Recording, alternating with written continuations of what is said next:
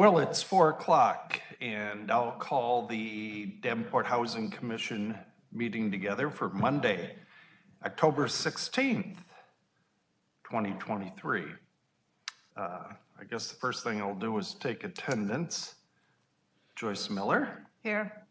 Gary Susich, Here. and myself, Matt Wissing, I'm here.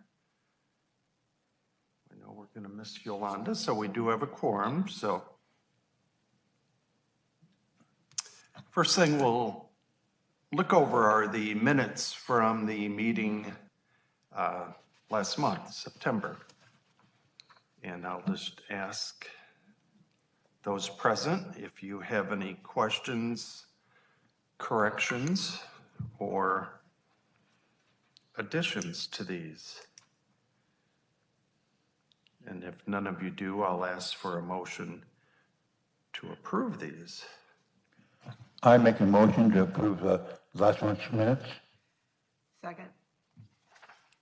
Great. It's been moved and seconded to approve the minutes from the September meeting. All those in favor, please say aye. Aye. Opposed, same sign. Hearing none, those pass. Next, the financial reports from last month. With the same questions, if any, or same thing, if anyone has any questions or corrections.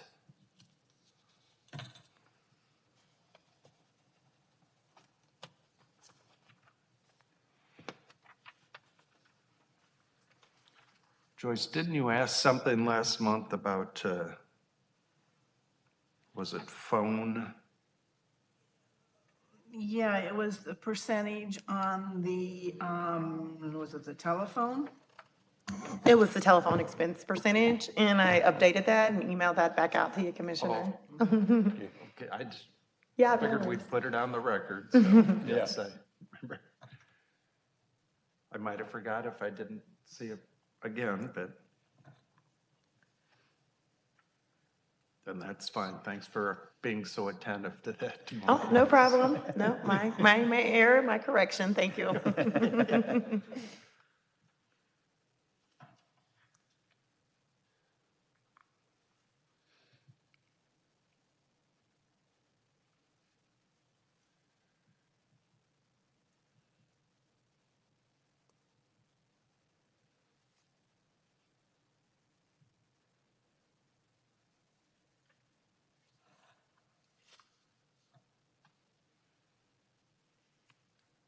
Joyce, you noticing anything? Just, yeah, can you explain to me like what other supplies, what that all pertains to? So other supplies would be like postages. So we did have a big mail merge when we purged the wait list. So that would fall under, that would be, my guess would be what the bigger expense would be for that month. Okay.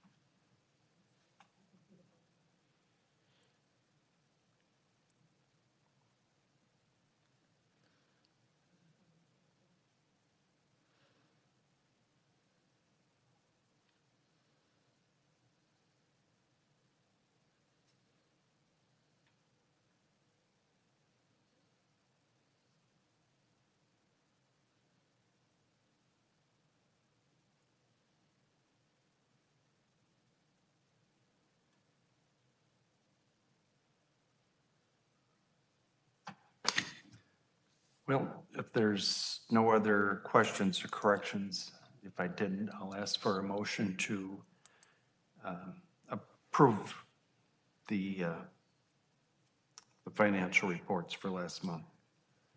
I make a motion that we approve the financial report for last month. I second. Thank you. It's been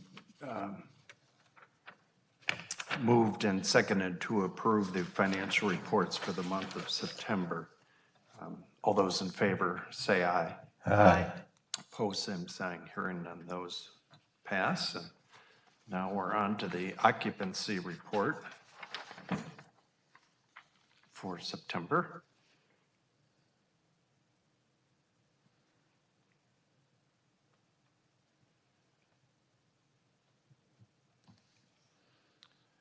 And again, ask if anyone has any questions or corrections on these.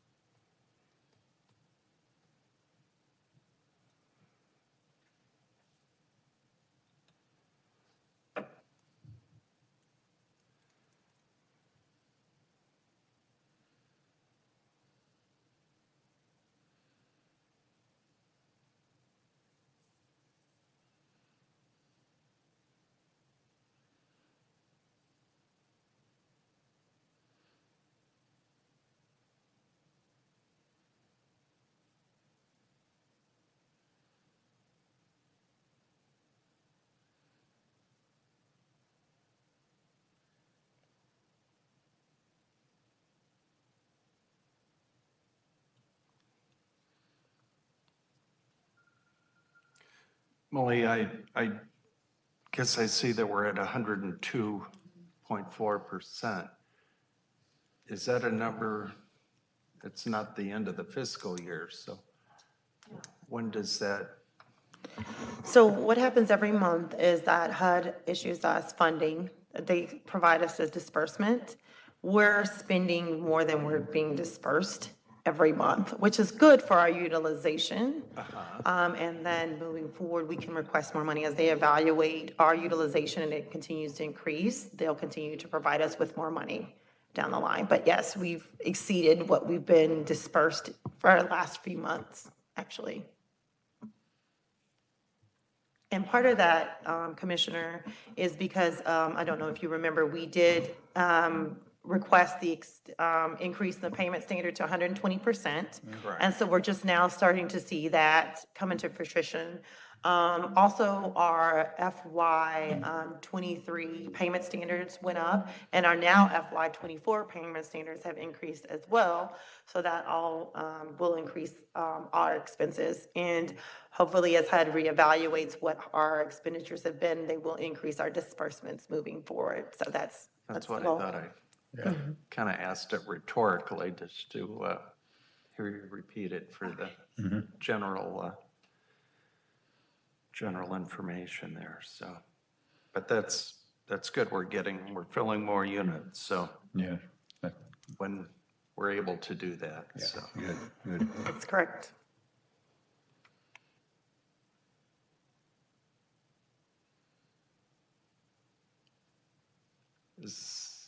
I'll ask for a motion then to approve these.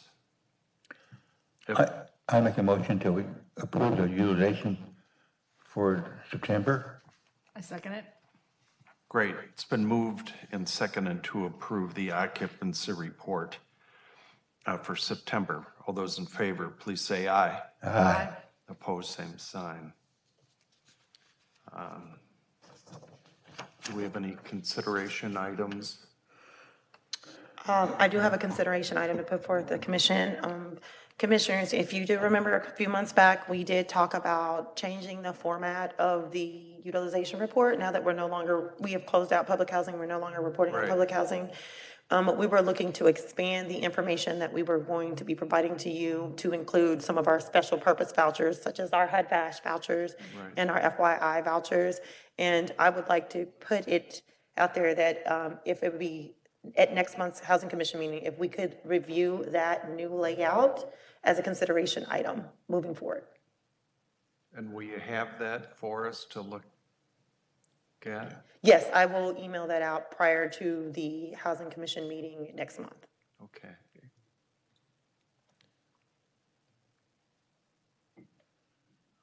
Great. And I guess I'll just ask, since we do have a couple people here, if you think it's best we have public with business now. I know the young lady here wanted to let us know about a meeting tomorrow and then get into I don't know how long the VASH report's going to be. And people are certainly welcome to stay and learn about that, so. That's absolutely up to you, to us. Commissioner. Okay. Well, why don't you come on up and let us know about your meeting? I saw it online. Oh, sure. I'm glad that you've seen it. So my name's Hannah Griggs. I'm at Quad Cities Interfaith, and I wanted to invite you to our town hall for housing justice on October 24th at 5:30 p.m. at Zion Lutheran Church. I'll leave some flyers here so that you can spread the word and get those whenever. But as you are aware, there's a housing crisis in the Quad Cities where we have a shortage of 6,645 units. And I don't want to see anyone go without safe, decent, and affordable housing. So at the town hall, we will have experts share about the crisis, and then we will have folks share personal testimonies of how this crisis has affected their lives. And then we're hoping to have HUD in attendance to make an ask of HUD. But I think that as housing commissioners, it's in your self-interest to go to this meeting and hear from our community about these issues that are going on. And I highly encourage you to attend. Okay. Thank you. Yeah, it sounds like you have a wide range of people. I got something from Myra Hernandez, yeah. who I go to church with. Yes, we've been reaching out to congregations all over the Quad Cities. For me, as a Christian, this goes straight to the heart of what faith means. When Jesus says, love your neighbor, he means your literal neighbor, not just your neighbor across the world, although those are important too. So I think that's what's got me so invested in this work this is something that happened where I grew up. I grew up in Bettendorf. I live in LeClaire now. And Davenport is my neighbor. And this problem isn't just something that affects Davenport. This is a Quad Cities-wide problem.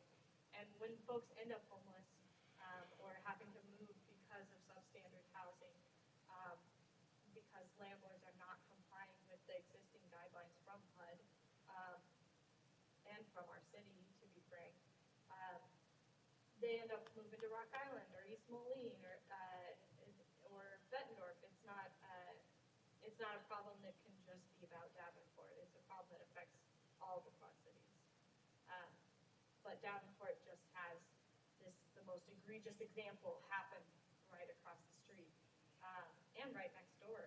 Heard about my tenant Alicia McGowan, who her building was condemned around the same time as the one collapsed across the street. She'll be speaking at the town hall. So this is a chance for our community members to set the agenda, talk about the issues that have been on our hearts and minds, and we encourage you to listen and to take that into account as you are making policies. Great.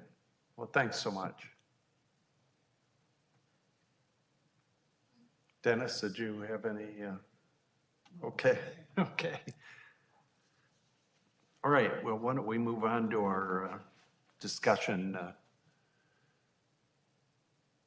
point here? Thank you, Housing Commissioners. And for those of you, I'm sure you all know me, but those in the audience, my name is Malia Dunn. I'm the Housing Programs Manager. So I provide the financial management and program management for the Housing Choice Voucher, formerly known as Section 8. But Kelly Holman will be presenting information. She's our subject matter expert. So I'll let her introduce herself and go right into the presentation today. Great. Thanks, Kelly. Oh, yes, right. Because they hear you from up above. No, if you just stand right at the, yes, because, Okay, Big brother in the sky. yeah, Big Brother in the all sky. right, well, my name is Kelly Holman. I am the HUD Bash Housing Coordinator. Okay. So I was asked to come do a presentation about the programs. Okay. We have had this HUD Bash program since 2012. Okay. So it's been 5 years since we've had this program. So the HUD Bash and the city of Davenport, we have a partnership. Okay.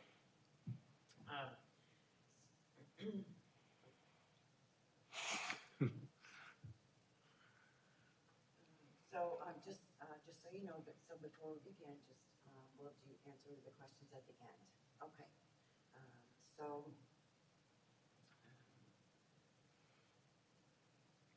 Okay, so how HUD Bash got started was President Obama and Secretary Shinseki were committed to eliminating homeless for our national veterans. Okay. At the very beginning, initially was a 5-year plan, and then due to that high national priority, they have expanded it. And it started in 1992 is when they began the VA program. It was developed to be a comprehensive plan to achieve this goal. The HUD Bash is a prominent element to this program. As the PHA, we strive to provide the best overall comprehensive services with our VA partners. So the program design, so the HUD Bash program was developed to provide case management. Kelly, just so we don't talk in too many acronyms, I mean, I know what it is, but why don't you explain what HUD, I think maybe that was a little more, housing and urban development. Housing and urban development, yep. And then And VASH then is the veteran. VASH is the, Veteran Affairs Supportive Housing. there we go. Yeah. Just- Yeah. Yes, I That's the know, world we but live in. We're just used to for- acronyms. Because people, just to let people know, and I couldn't quite remember I knew it was veteran related, but just, that's good, thank you. Yep. And then the PHA is the public housing. Yes, I almost caught you before, but I thought, I knew we had a couple more coming up, so.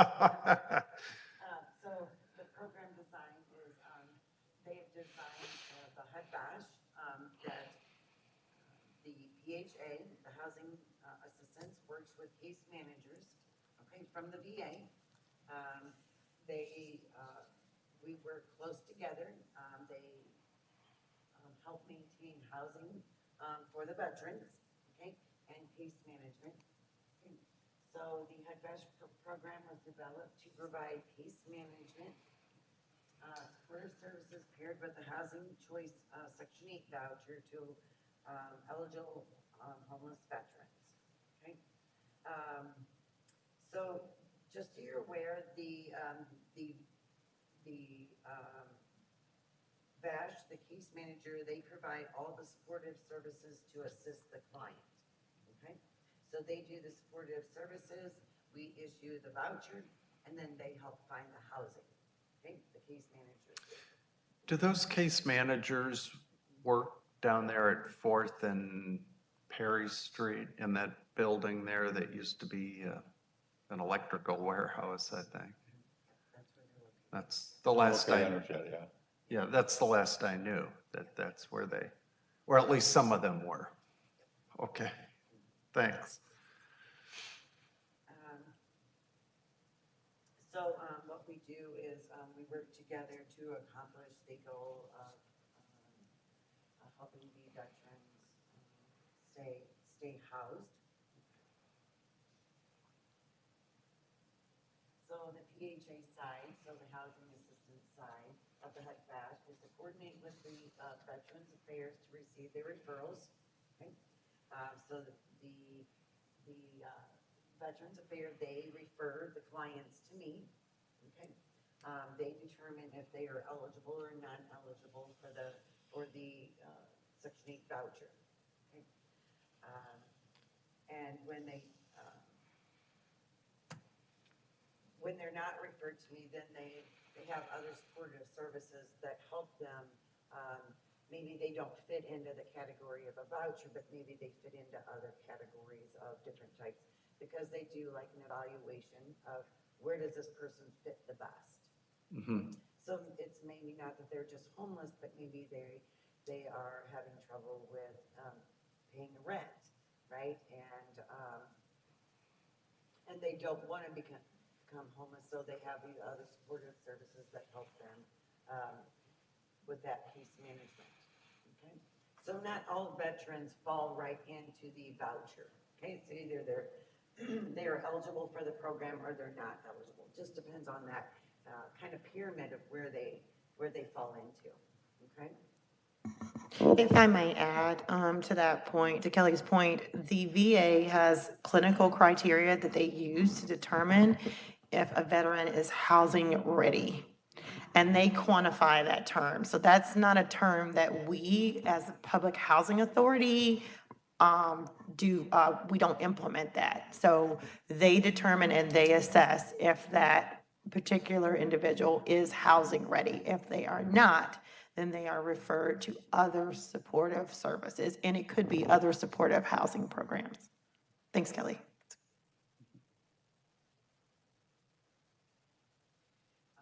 So once the referral is made to me, okay, they come to one of our orientations that are held monthly, okay. Then at that time, I issue them a voucher, okay.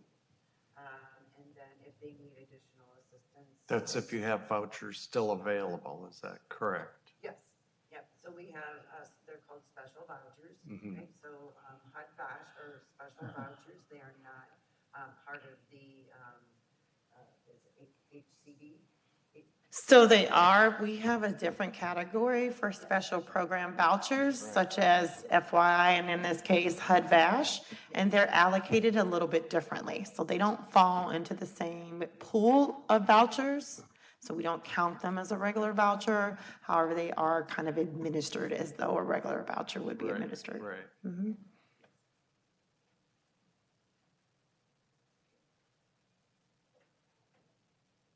All right, so then they come to the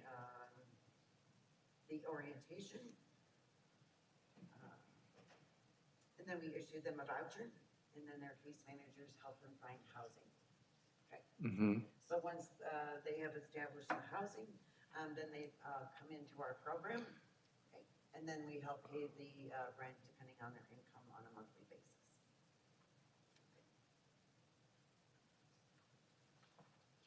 So even during the time after they get housed, I work with the case managers and the clients on a continuous basis, and they can be on the program for as long as they need it.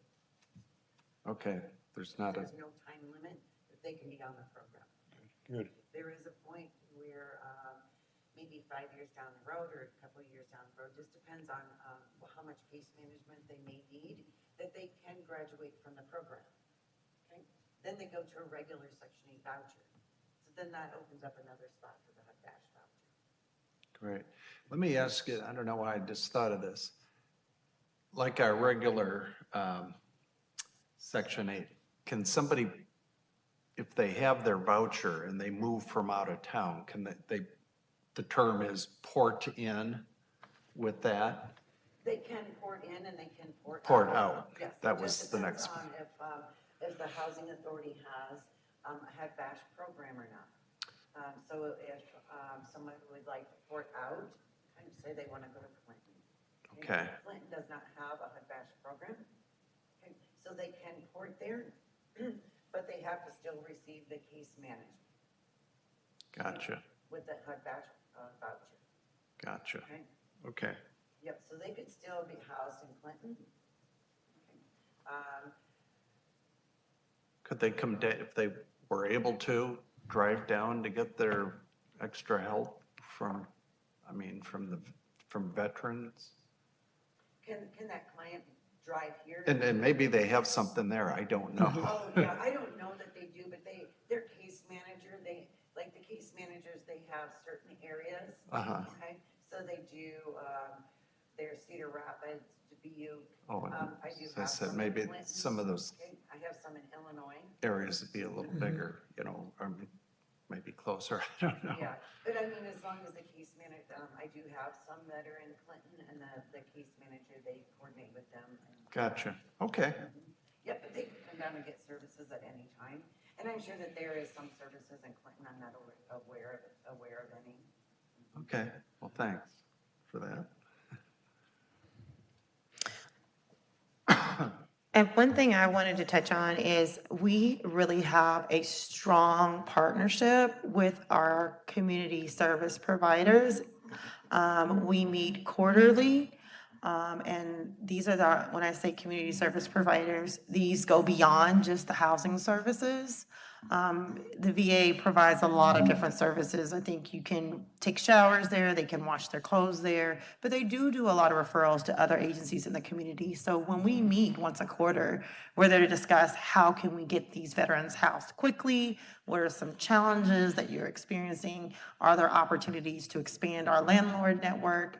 And so we as a PHA have established that, and I think that's one of our best practices here, and it makes us very unique to other PHAs, is because we have gained really good ground with our community partners. I have a great relationship with Kelly. Like she said, the communication is ongoing. When we started our continuum of care, we had 4, now we have 11 participants within that. And so I think that speaks volumes about the work that's being done in this community for veterans. Great. All right, so, just as this slide just kind of shows here, they get referred, to me, the housing coordinator. They go to the orientation, they're issued a voucher, and then they're admitted into the program once they find housing, okay? So there's only 2, so when they refer them, to me, there's 2 things that I make sure, that they're not over income, and they're not on the lifetime sex offender registry list, okay? So that's the 2, things I look for, as far as, if I would have to, refer them back, it would depend if they're over income or not, okay? Just depends on, that doesn't happen very often, but it has happened that some are over income. So when they are, in that case, they would be referred to, the non-eligible voucher and what other community partners can help them. Okay.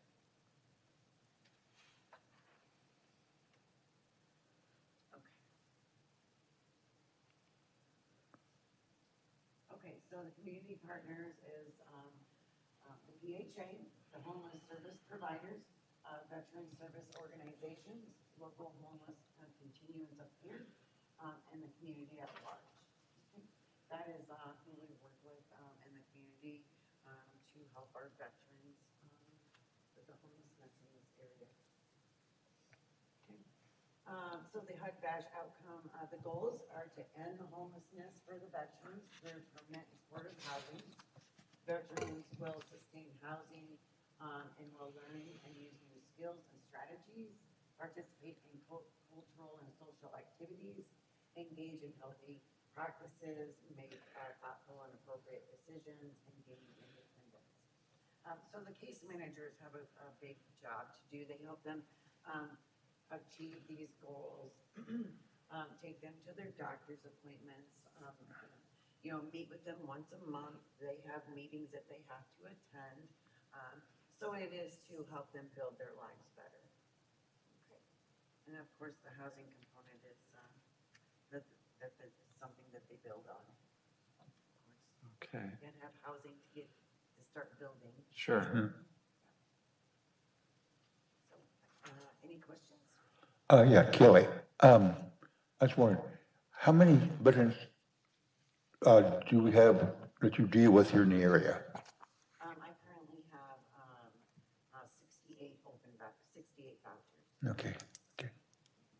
Thank you. And how many more, or do we have a max number that we can use? 68 is our max. Is that, okay, I I thought, believe it's like the fifth highest in the state of Iowa. It's very, we have a very large, we help a very large number of veterans receive. uh-huh, Yeah, and we have a very, because of our close relationship, we have a quick turnaround. So once a veteran is established, the referral is made very quickly, and Kelly is able to get them an orientation. Although we have our monthly orientation, she's able to meet with them one-to-one to get that voucher to them pretty quick. that's good. Yeah. What do you see as a need in this area? Would it be increased numbers of, well, I'll leave it up, I'll leave it an Well, open-ended of course, it's question. always housing. right? Yeah, I mean, Because our number one goal is to get them housed. uh-huh, So, majority, I mean, if I would recommend that someone purchase properties, it would be one-bedroom apartments, right? In complexes where veterans could all live together possibly, because I think veterans help support other veterans. Yes. right? And a majority of my veterans are single men. And when they can somewhat kind of live in the same complex together, I have seen that and it tends to work really well because they help support each other. gotcha, Yeah. okay. I had a couple questions, Kelly. On the eligibility, it said the VA determines the clinical eligibility. What do you mean by clinical? I can probably answer that. So what they have is, there's a couple of two-step processes, and I can't go too much in detail because again, the VA does all that on their side, right? We just house the voucher, for lack of a better word. They do what's called a coordinated entry assessment, which is considered like a risk assessment. Okay, and I don't know if you guys are familiar with the term. If I'm throwing out terms that are unfamiliar to you, please let me know, because again, I've been in this for a long time. And so And your husband's in the military. yeah, and he's in the military. So coordinated entry is an assessment to access housing services for people that are literally homeless, right? And so that assessment is done at the point of homelessness through a street outreach team, which the VA has a very strong street outreach presence. And so they do that initial assessment to determine if they're housing ready or if there's additional services that need to be provided to make them housing ready. And at that point, they make the referral to our program, or there's other programs in the community that provide permanent housing with supportive services. Humility Homes and Services has a program. I believe Christian Care. There are other programs in the community that may be a better fit for that veteran at that particular time. So there are a couple of different assessments that they use to determine if this program is a good fit. For veterans that are more self-sufficient and able to live on their own, maybe our Housing Choice Voucher is the best option for them. But for veterans that need care where they can't get to doctor's appointments or can't get their medications, they may need more permanent supportive housing, in which case they may be referred to other programs. Does that make sense? Yeah. Okay, and then Kelly, you also said that have to meet income requirements. You said sometime they are over income. What is the threshold, I guess, for the income? Well, HUD has income guidelines, Yeah, okay, depending on how many's in their household. so it's basically the kind of the same thing that regular HUD vouchers and theirs is. Yep, same income guideline, right? But sometimes, people, they have the high income, but maybe something has happened in their life, but now they're, come homeless, but they're able to still have their job.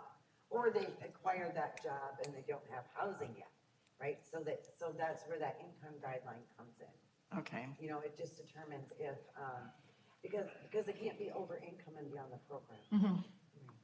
And I don't want to go too much in detail about AMI, because again, it's another acronym, but there's a average median income, and we can go up to 80% of average median income, which means we can go really high on their income. HUD has allowed us that flexibility with the HUD VASH voucher. The income guidelines are pretty good. They're extremely flexible, and so we do our best to try to make that work, so that more veterans can be in the program.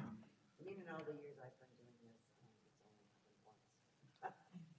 So it's not something that happens very often. Okay. Okay, and then you also said that there was like a 150-day, The voucher?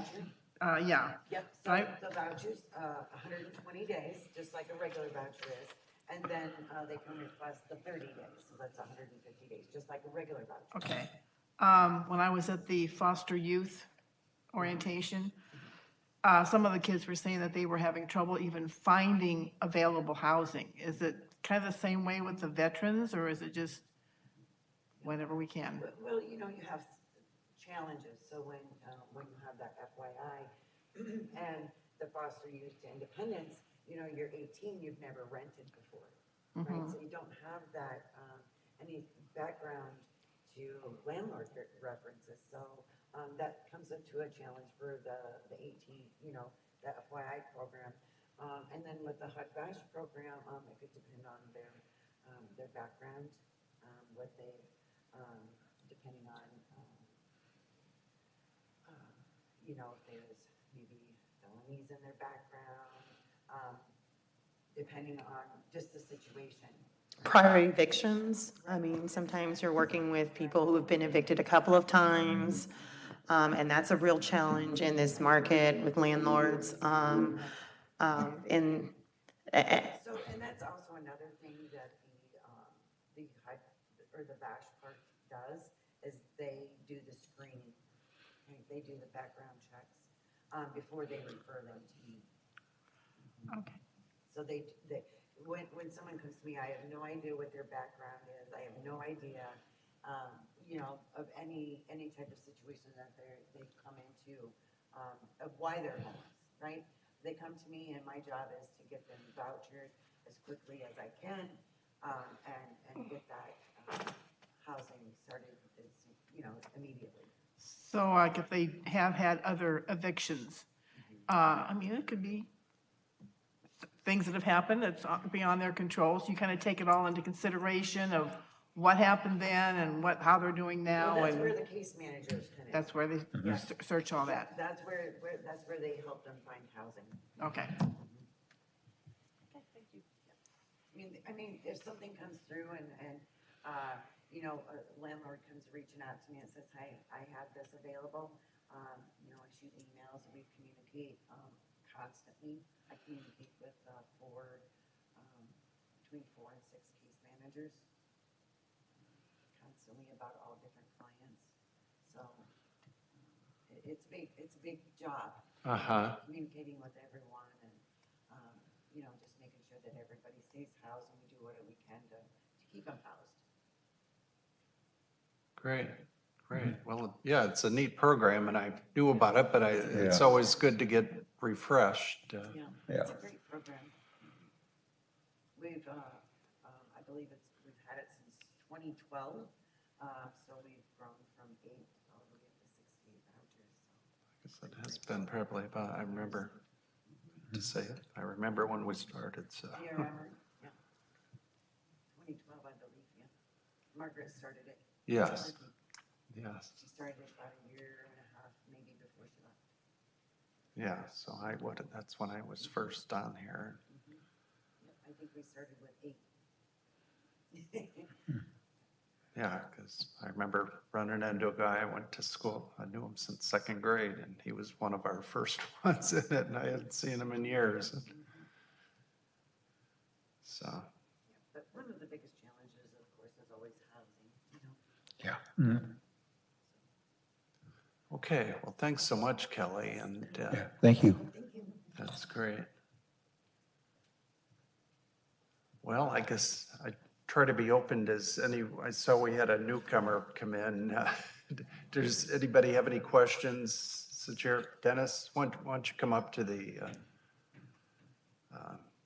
DS there, you know, well, you know the routine. I've seen you at council meetings. I appreciate it. If you just tell us your name too. Dennis Platt. Yeah. I live here in Davenport. Mhm. I'm a volunteer with the Quad City Tenant Alliance. And I was listening to Kelly's coverage of all the different responsibilities she has and what's involved in the program. And it evoked a couple of concerns that I've run into. And I didn't really mean to discuss them today, but I thought it fit so well because this affects veterans too, as well as other people in your voucher programs. We've seen an awful lot of activity in the spectrum of lease renewals. We've had people on vouchers that get quite anxious if they're not asked to renew their lease on time. And I don't know what the business practices are. I don't know what the program requirements are. But all of these people, essentially all these people are in protected classes.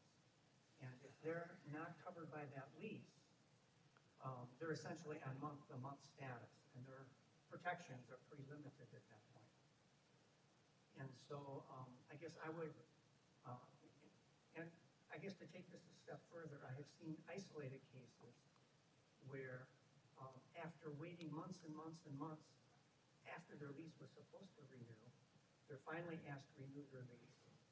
And they're not given the lease ahead of time, and they're asked to renew it on the spot. After, you've got to sign this right now because I'm not going to be back in the office until next Thursday, and I don't know if I can see you then. And so essentially, I don't think the particular building managers or property managers or landlords have thought this through, but essentially what they're doing is asking vulnerable people to sign a legal document without reading it under duress. Now, Dennis, are you asking about Section 8 or VASH people? All of those people that are on assorted voucher programs. I don't know, because I've talked with them and they said, well, my voucher is certified. I mean, I renewed the certification, but I still don't have my lease, and I don't understand what the problem is. And so I'm just asking you to consider that this is a variable in our community. And I don't know what the legal requirements are. I don't know if the assorted voucher programs have requirements that need to be satisfied that aren't, or if this is something that needs to be dealt with on a civil level. I don't know. But I'm just bringing it to you and asking you, what's up with this?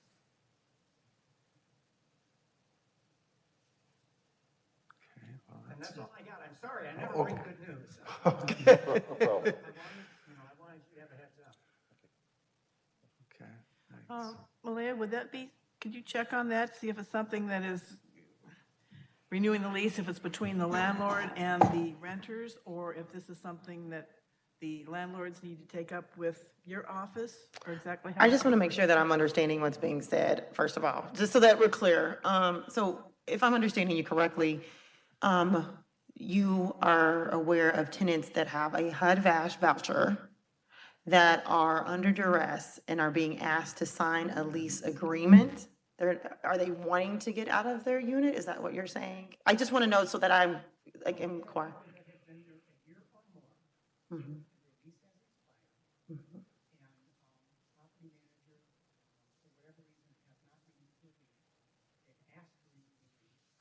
Know that they have protections while that lease is in place, that they don't have if they're renting month to month, and they want to lease. And under those voucher programs, whether it's VASH or any of the other programs that we administer, are there any standards at all for that? So, not to get into the weeds of this, because this is a very complex program and this is a very unique voucher. And by any means, if I'm stepping on your toes, Kelly, because I consider Kelly our subject matter expert. At the time of renewal of a lease, they can go month to month. They have to live in that unit initially 1 year, okay? And then they are made aware that their lease is going to be coming up at the time of their recertification, so they would be not, and not only would they know, their property management or landlord company would be aware of that as well. That's when the negotiation should start. And this is where the case management comes in. We typically, as a housing authority, we cannot overstep our boundaries with these special purpose vouchers, because it's only brought to our attention when the case managers are saying, hey, this is what's going on with a particular client, and then Kelly or myself will intervene and we'll make contact with the property management company. I've only been here for a very short time. I'm not aware of this being a systemic issue necessarily with these vouchers because there's an ongoing communication. Our quarterly meetings, our COCs are very broad. We bring together everyone to the table to say, hey, what's going on with these vets? What are some of the challenges we're facing? That, while it may be true, sir, it's never been brought to my attention. Some of the challenges that I am hearing are discriminatory practices in applications, denying them without giving them, true evidence of what was in their background check, requesting double, sometimes triple the deposit. Those are things that I've been made aware of. This is fairly new to me.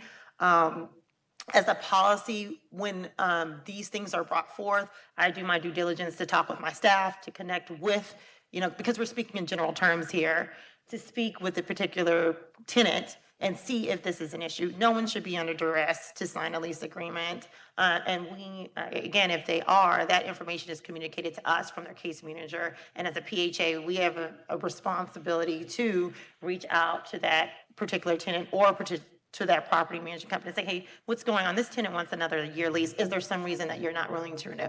That would be my best guess, but again, we're speaking in general terms.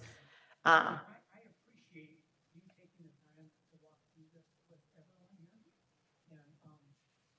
And I think you're doing some wonderful work. There's no way around it. As a veteran, I deeply. Kelly is amazing. She is. I have to tell you, she takes on stress. Sometimes she's working late today because she's very passionate about supporting veterans. And so she's not on the clock 8 to 5. Sometimes she's here till 6. I mean, she's gone to conferences. She speaks openly about this, and I think it's near and dear to her heart. So again, we're open to, as a PHA, we want to become better. We want to serve our, our people in our community. And so we're willing to look into any of your concerns. This particular issue isn't confined to VASH, though. It's house choice, too. I mean, I've only talked to one person directly that has had that extreme situation where he was running several months late, and boom, they wanted him to sign this right now, and he didn't even get a chance to read it. And I knew that wasn't right, and anybody who would witness it would know it's not right. But it's a practice. That's the only one that I'm aware of that has happened recently, but I've had other tenants describe that same situation, that same scenario. In different complexes, we do a lot of work in 50. I would encourage you, I'm sorry, sir, I missed your name. Dennis, Mr. Platt. I would encourage you to have them contact their housing coordinator. Yeah, and make them aware of that.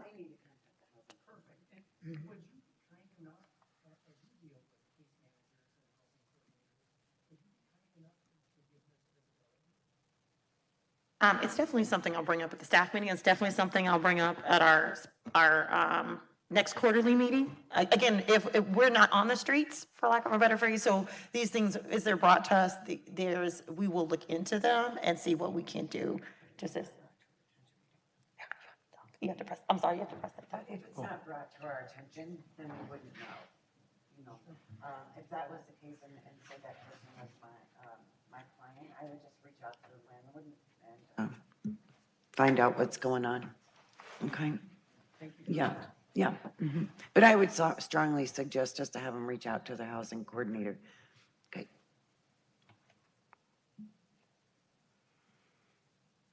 Okay, does anyone else from the public have anything, or from the commission, or from staff?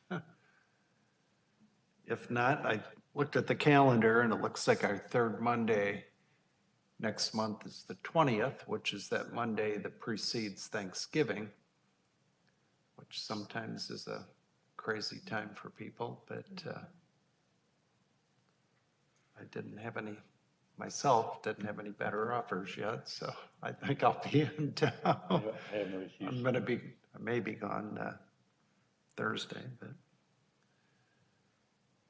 So, if not, looks like next month is November 20th.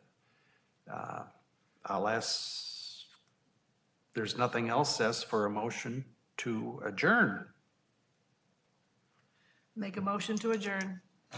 Second. Great. All in favor, say aye. Aye. Aye. We're adjourned. Thank you.